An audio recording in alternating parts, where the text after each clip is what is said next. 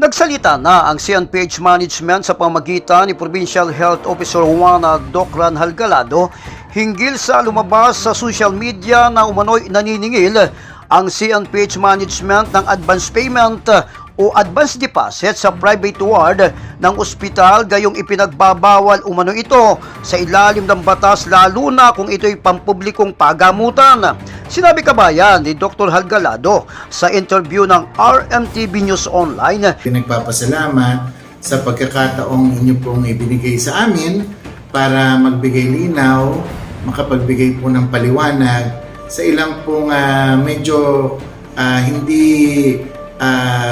maganda o medyo may pagkamalisyosong balita na kumakalat po sa radyo at sa social media ukol po sa isang polisiya na ipinatutupad po ng ospital para po mas maging maganda ang ating serbisyo sa ating mga kababayan. At ito nga po ay tungkol po sa usapin po ng pagkakaroon po ng deposit or advance payment para po sa ating private ward o yung ating pay ward sa ating pong provincial hospital. Okay, Doc, diretsa na po ng sagot. Meron daw pong advance deposit scheme ang private ward po natin at parang mandatory na po talaga at sabi nita.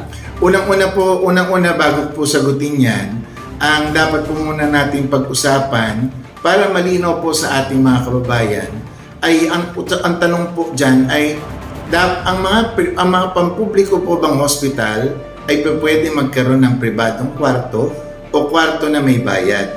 So ayon po sa umiiral na batas sa ating pong Universal Healthcare Law, ganun din po sa lahat ng DOH regulation, ang lahat po ng pampublikong hospital ay pinapayagan na magkaroon po ng private rooms o paying rooms. Pero ito hindi dapat lalampas ng 10% ng kanilang mga kama.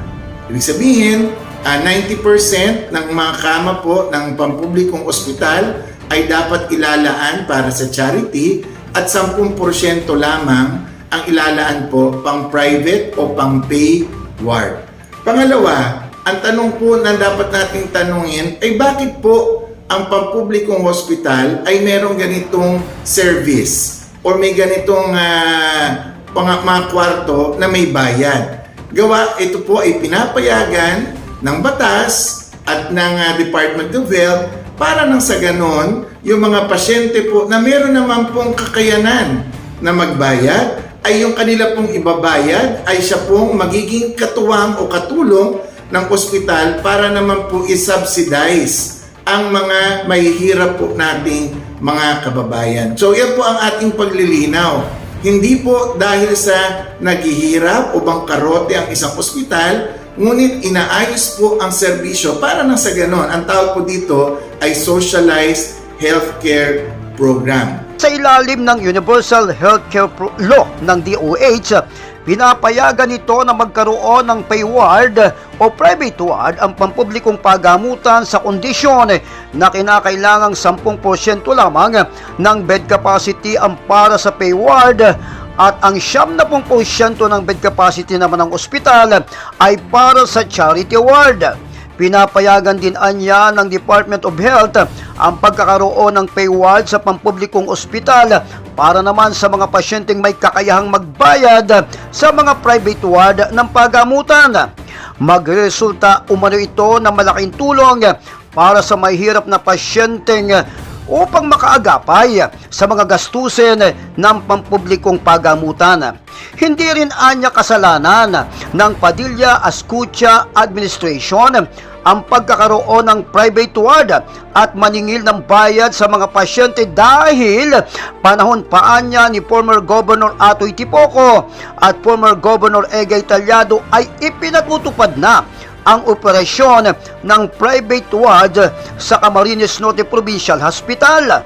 Bagamat aminado si Dr. Halgalado na naniningil sila ng hospital bill sa private ward, wala umano silang nilalabag na batas ukol dito at sa katunayan anya, ang malalaking public hospital sa Calacang, Maynila tulad na lamang ng Lung Center of the Philippines na isang public hospital ay nanginingil din ng kanilang bayad sa private ward. At tulad din anya ng National Kidney and Transplant Institute at Philippine Heart Center ay katulad din na naniningil ng deposito bago i-admit ang pasyente.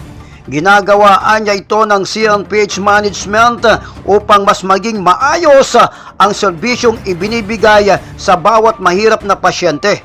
Naniniwala naman si Dr. Walter Randolph Halgalado na pawang politika ang nasa likod ng malisyosong post na ito sa social media ng isang veteranong broadcaster ng isang himpilan ng radyo dito sa Camarines Norte. Para sa RMTV News Online, ako si Lino Malabanan, ang inyong responsableng tagapagbalita.